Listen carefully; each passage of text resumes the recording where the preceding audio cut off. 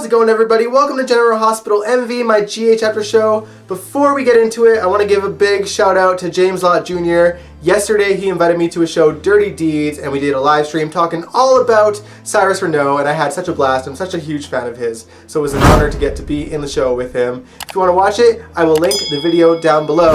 But in the meantime, let's get on to this show. Let's talk about Sonny Corinthos. When we last left off, a man came in to try to rob the Caulfield's restaurant, and we were left wondering if Sonny would react, and of course, he did. He scares the man away, and the Caulfields agree to let him keep working behind the bar to protect the place.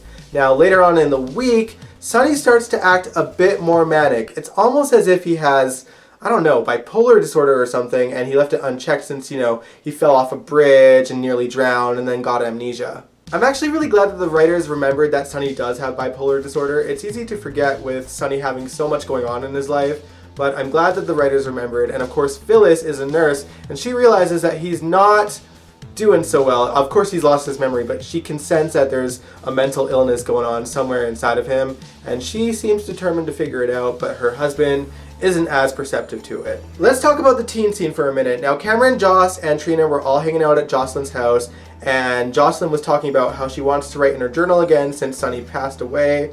Cameron was obviously under the impression that she threw it out and questions that, and she's like, no, it's just in my basement. So when she comes back up and realizes it's missing, Cameron gets really quiet because he's aware that Dev had the journal at one point. Trina realized that Cameron was being suspiciously quiet about Josslyn's journal, and she confronts him later, and he confesses that he knows that Dev took the journal and stole it and showed it to him, but he doesn't really connect the two, like why he would do it. Hopefully he does soon, although I'm not really shipping Cameron and Joss. Like, I just don't want them together because that really makes Trina a third wheel, and she kind of is already, and that's unfortunate. I actually really wanted Cameron with Trina, but she friend-zoned him hard out of nowhere a few months back, and there's just no hope of that happening, so it is what it is. Do you guys ship Cameron and Josslyn? Let me know in the comments below. Later on, after a visit with Nina, Ava goes over to see Josslyn at the Corinthos house and asks about the necklace that Avery's been looking for.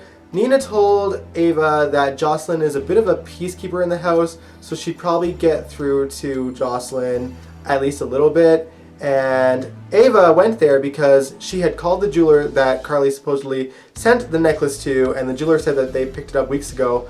I was actually under the impression that Carly lied about sending it out to a jeweler and kept it hidden, but apparently she did send it out, so oh well, I guess the necklace really did need fixing after all. Josslyn finds the necklace, but before she gives it to Ava, she lets Ava know that she's just doing this for Avery, number one. And number two, she hasn't forgotten that she is the reason that Morgan is dead. And of course, Ava doesn't really say anything because she can't. She knows that no one will ever forgive her for it, so she just leaves with the necklace. Let's go back and talk about Nina for a minute. Now, this week, her and Jack shared their very first I love yous, but there is the lingering fact that he knows that Nell is her daughter, and he's keeping that a secret from Nina, and it's only a matter of time before that truth comes out.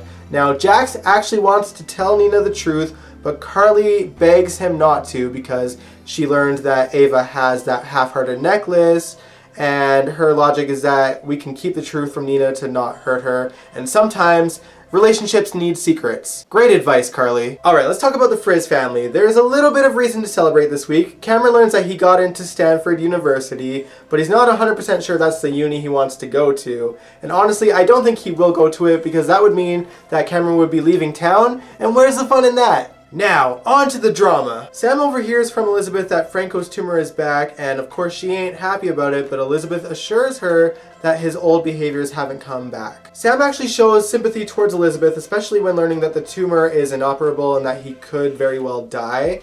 And she mentions that Franco stopped by the house looking for Jason and that he had a bit of a headache there, and that when Jason showed up, they had a private conversation together. This, of course, makes Elizabeth nervous, and she goes back to the house to confront Franco, and Franco admits that he actually went to Jason to get him to kill him should his murderous behaviors come back to light. This, of course, makes Elizabeth really angry that A, Franco didn't bring her in on it, and B, that Jason would agree to it, so she goes over to Jason and rips him a new one. Jason is very Jason about it. He says that he won't go after Franco unless he becomes a real threat to his friends and family. Not that that makes things better for Elizabeth at all. Meanwhile, Franco tells Scott about the plan with Jason, and he begs him to help Jason should the worst come true and he has to kill Franco, and Scott reluctantly agrees to that as well. Speaking of Jason, he went to go visit Britt at the hospital and he gave her an earful about Peter August when he realizes that she's doing some research on him. Peter shows up to the hospital and sees that Britt and Jason are talking, and when Jason leaves,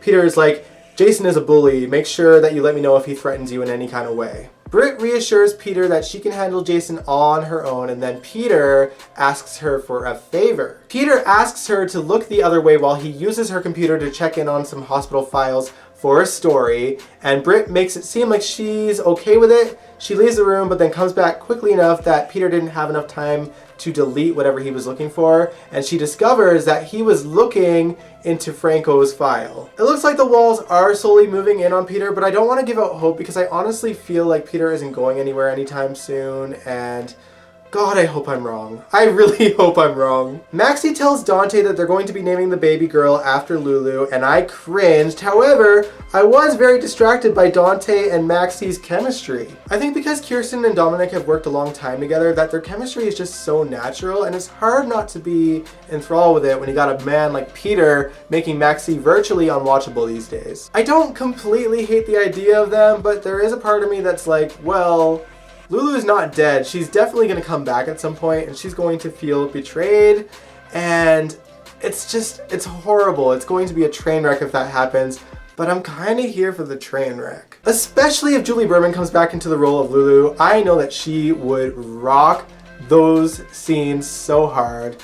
Of course, I'm wishful thinking. There is no word if Julie will actually come back to the show. She is doing some other stuff, so I don't think it's happening anytime soon. A man can dream, though. A man can dream. Meanwhile, Anna confides in Dr. Kevin Collins about Dante's behavior and that she's worried about him, and asks if he can pull some strings to pull Dr. Kirk's files to see if there's anything helpful about Dante. Dr. Kirk's files reveals two things. Number one, that he only had 4 patients when he's used to having so many patients all throughout the year. And number two, that Dr. Liesel Obrecht was one of those 4 patients. So Anna's wheels are turning, and I hope to God they turn the wrong way because I want Peter to go down. Leave! Alright, now to what I think is the juiciest part of the week. It's when Olivia finds out the truth about Ned and Alexis. After Olivia realized that Tracy was leaving out details from the night that Alexis was arrested, she goes over to Robert for advice on how to get Tracy to admit the truth, and his tactics actually kinda work. Tracy admits there's more to the story, and she pries just enough to realize that Tracy needs a motive, and when Ned walks in, she realizes what that motive must be. I appreciate that Olivia figured out all on her own that Ned cheated on her, and the performances that Lisa LoCicero and Wally Kurth gave were top notch. Olivia was obviously very devastated that Ned cheated on her, and of course Alexis actually shows up at the house because she wants some answers from Tracy as well, and Nancy and Jane Elliott's performances were also top-notch. All of this happened on the night that Ned was supposed to adopt Leo. Olivia is now learning just how messed up the Qs can be. Not that she didn't really know it, but I feel like the last few years they've all been pretty civil with each other, and she hasn't had to deal with the backstabbing side of things. Most of the drama the Qs have experienced the last few years have been about outside forces coming into the family and them having to band together to get them out of there. I actually really hope that they manage to weather this storm together. I mean, I kind of feel like Olivia and Ned are the new Edward and Lila. Not that there's a comparison, but they do seem to be the staple couple